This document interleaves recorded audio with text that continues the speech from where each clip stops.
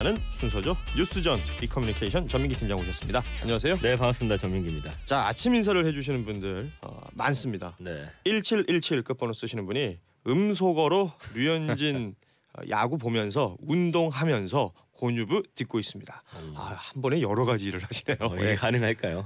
양한경님, 화물러라서 웬만하면 문자 잘 안 쓰고 귀팅만 하는데 최근 문자가 없다는 현주님 말에 귀에 그 말이 맴돌아서 네. 차 세우고 도장만 찍습니다. 꽝. 아우 고맙습니다. 그러니까 화물러, 그러니까 화물차를 지금 운전하시는 거죠. 예. 지금 사실은 뭐 고속도로, 국도 곳곳에 이 화물차 운전해 주시는 분들이 지금 곤유부를 많이 듣고 있습니다. 아, 그래요? 네, 안전 운행 하시고요. 양한경님 고맙습니다. 네. 8071님은 금요일이라 그런지 너무너무 기분이 좋네요. 굿모닝 하트까지 보내주셨습니다. 예. 4651님은 이래저래 참고 견디니 금요일이네요. 가뿐한 마음으로 곤유부 잘 들을게요 하셨는데 굉장히 공감했습니다. 이래저래 참고 견디니 여러분 금요일이 됐습니다. 그렇습니다. 자, 기분 좋게 한번 시작해 보도록 하죠. 신문 헤드라인부터 보겠습니다. 네, 오늘은 인구 자연 감소 관련 헤드라인 있고요. 거기에 김의겸 대변인 건물 매입 관련 소식, 그리고 청문회 이슈하고 박삼구 회장 소식 전하겠습니다. 일단은 모든 신문이 일면에 통계청 발표 내용을 실었습니다. 그렇습니다. 그러니까 올해부터 태어나는 사람보다 이렇게 사망하는 사람이 더 많아질 것이다. 네. 그렇게 되면 뭐 우리나라 총 인구가 줄어든다, 이런 내용들이에요. 맞습니다. 이 통계청이 장래 인구 특별 추계라는 자료를 발표했는데 인구 자연 감소, 말씀해 주신 대로 출생아보다 사망자가 더 많아서 이제 인구가 잠정적으로 줄어들게 되는 그 시점이 올해가 될 것으로 내다보고 있습니다. 출생아 수가 빠르게 줄어들면서 인구 자연 감소 시점이 3년 전에 추계했던 것보다 지금 무려 10년이나 앞당겨졌습니다. 이 생산 가능 인구, 그러니까 15세에서 64세 인구는 2020년부터 33만 명씩 감소해서 2067년에는 전체 인구의 절반에도 지금 미치지 못할 것으로 예상이 됩니다. 이때가 되면 젊은 이 생산 가능 인구들이 한 명을 부양해야 되는 그런 상황이 되는 거고요. 총 인구도 2067년이면 3,929만 명까지 지금 줄어들 것으로 예상이 되고 있습니다. 관련 헤드라인들 살펴보죠. 동아일보는 저출산 재앙의 시작, 한국이 쪼그라든다. 경향신문은 출생보다 사망 많은 인구 자연 감소 10년 앞당겨 시작됐다. 이런 제목들 뽑았습니다. 그러니까 인구가 어찌됐건 이 국가가 존재하려면 반드시 필요한 것이고, 그럼요. 이게 줄어든다는 것은 여러 가지로 경쟁력을 잃을 수 있다는 얘기이기 때문에 이거는 뭐 굉장히 좀 신경을 써야 되는 뉴스로 보입니다. 네. 자, 그리고 청와대 김의겸 대변인 연일 아주 시끄럽습니다. 그렇습니다. 소위 말하는 이제 투기 의혹 논란이 지금 계속해서 번지고 있는 것인데, 어제 보니까 자유한국당 국회의원들이 그 김의겸 대변인이 샀다는 흑석동 그 상가 건물 앞을 직접 갔더군요. 네, 그리고 뭐 거기서 인터뷰도 하고 그랬는데 네. 중앙일보가 일면 사진으로 그 사진을 실었습니다. 제목은 이렇습니다. 김의겸이 구입한 흑석동 상가 건물. 말씀해 주신 대로 자유한국당 운영위하고 국토위 소속 의원들이 어제 이 건물 찾았고요. 김의겸 청와대 대변인이 작년 7월에 25억 7천만 원 주고서 흑석동에 있는 2층 건물을 샀습니다. 당시 김 대변인이 이제 흑석동 건물 매입하기 전에 4억 8천만 원짜리 전세에 살았었는데 이거를 빼고서 청운동 관사에 입주를 하게 됩니다. 그러니까 청와대 대변인으로서 관사가 제공이 된 거죠. 그렇죠. 그러다 보니까 이게 국민 세금으로 운영이 되잖아요. 그래서 이런 혜택을 받아서 개인 부동산 투자에 활용했다, 이런 비판이 나오고 있는 거고요. 관련해서 뭐 관사 테크다, 청테크다, 그러니까 청와대 테크다, 이런 말이 나오고 있습니다. 10억대 지금 은행 대출을 받았는데 이 규모도 특혜라는 의혹까지 제기되고 있습니다. 왜냐하면 그 시즌쯤에 은행들이 대출 규제가 굉장히 심해질 때였거든요. 맞습니다. 그래서 조선일보가 이렇게 헤드라인 다루고 있습니다. 청와대 대변인의 관사 재테크. 관사 재테크라는 표현을 조선일보가 썼군요.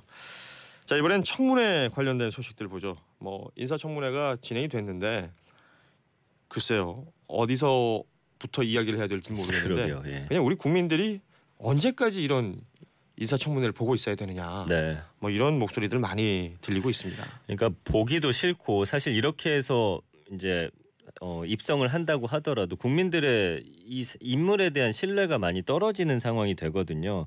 그러니까 역대 정권마다 이런 악습이 되풀이가 되면서 인사청문회 무용론까지 현재 나오고 있고요. 청와대가 검증이 좀 부실하고 그다음에 야권이 이걸 망신 주고 그러면서 임명이 또 강행되고 결국에는 정권이 급냉되는 이런 어떤 패턴이 고착화되고 있다고 지금 비판하고 있습니다. 지난 25일부터 3일 연속 진행된 장관 후보자 인사청문회에서도 여야 모두 후보자의 도덕성하고 업무 능력 검증을 약속했는데 결국에는 또 신상 털기 거기다 맥 빠진 진행으로 국민들의 눈살만 찌푸리게 하고 있습니다. 지금 검증의 실효성 높이고 정확한 요건을 마련해서 제도 개선해야 된다 이런 의견이 나오고 있고 금융자료 제출 기준이라든지 개인정보 범위를 아예 정확히 만들어서 이게 이제 통과가 되면 하는 것이고 이 기준에 못 미치면 아예 이제 검증마저도 할 수 없게 만들자라는 겁니다. 그런 목소리들이 나오고 있는 것이죠. 예. 한국일보의 헤드라인이 이렇습니다. 청문회 기승전결 지긋지긋하다. 청문회에 기승전결이 있다는 것 자체가 말이 안 되는 거죠. 그럼요. 예. 자, 한겨레 일면 한번 볼까요? 네, 박삼구도 전격 퇴진 항공 재벌들 추락이라는 제목의 기사입니다. 네. 박삼구 금호 아시아나그룹 회장이 어제 그룹 회장직하고 아시아나항공 금호산업 대표이사직 등기이사직 다 내려놓겠다고 밝혔습니다. 전날 조양호 한진그룹 회장이 대표이사직에서 축출이 됐고 박 회장까지 경영 악화 때문에 퇴진하면서 국내를 대표하는 항공기업 두 곳의 수장이 모두 불명예 퇴진하게 됐습니다. 최근에 그 아시아나항공의 주 채권은행이 산업은행인데 지난해 평가에서 아시아나항공을 심층관리 대상 기업으로 선정한 바가 있습니다. 그만큼 좀 상황이 좋지 않았다라는 것이죠. 네. 자, 이렇게 신문들 살펴봤는데 1470 끝번호 쓰시는 분요. 왜 장관, 또 국회의원 등등 중요한 직책들이 국민들보다 위법을 하는 사람들을 임명하려고 하는지 이해가 안 됩니다라는 메시지 보내주셨어요. 그러게요.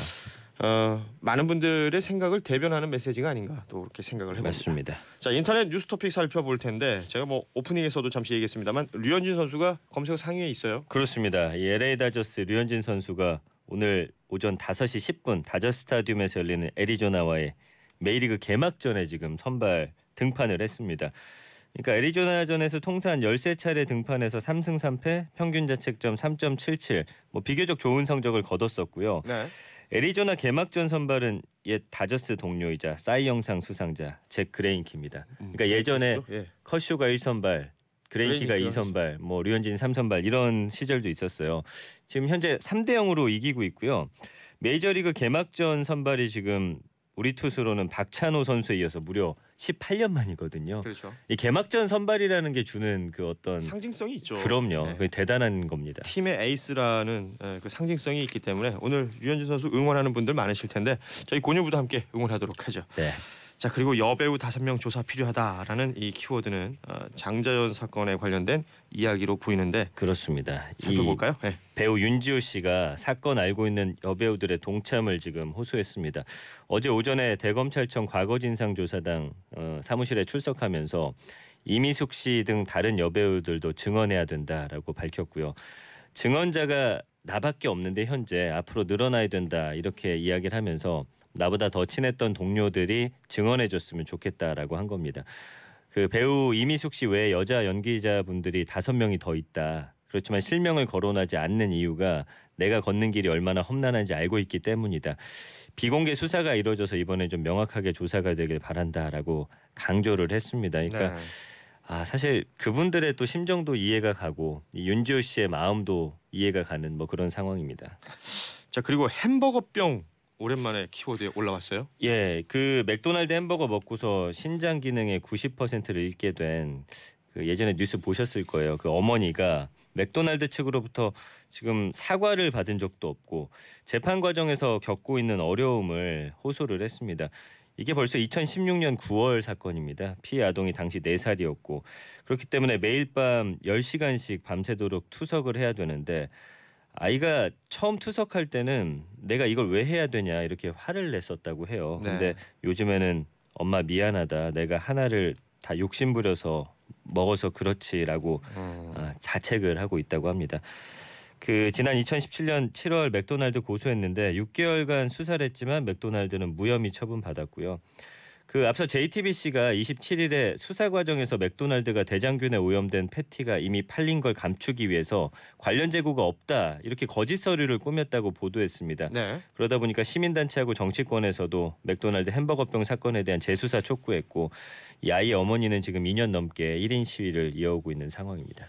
그렇습니다. 이게 굉장히 사실은 어떻게 마무리가 되느냐에 따라서 그 시사하는 바가 커질 수 있는 뉴스고요. 네. 그리고 이 아이의 투병 그리고 그 어머니의 지금 뭐 말하자면 1인 시위를 하고 계신다고 하지만 이 투쟁이 좀 애달파 보이는 것도 바로 그 부분에 있는 것이겠죠. 네, 그리고 네. 이 기업들이 한국만 오면 이렇게 버티기 일관하는데 이것도 좀 구조적으로 바꿔야 될 것 같습니다. 자, 오늘 여기까지 하겠습니다. 지금까지 빅커뮤니케이션 전민기 팀장이었습니다. 고맙습니다. 고맙습니다.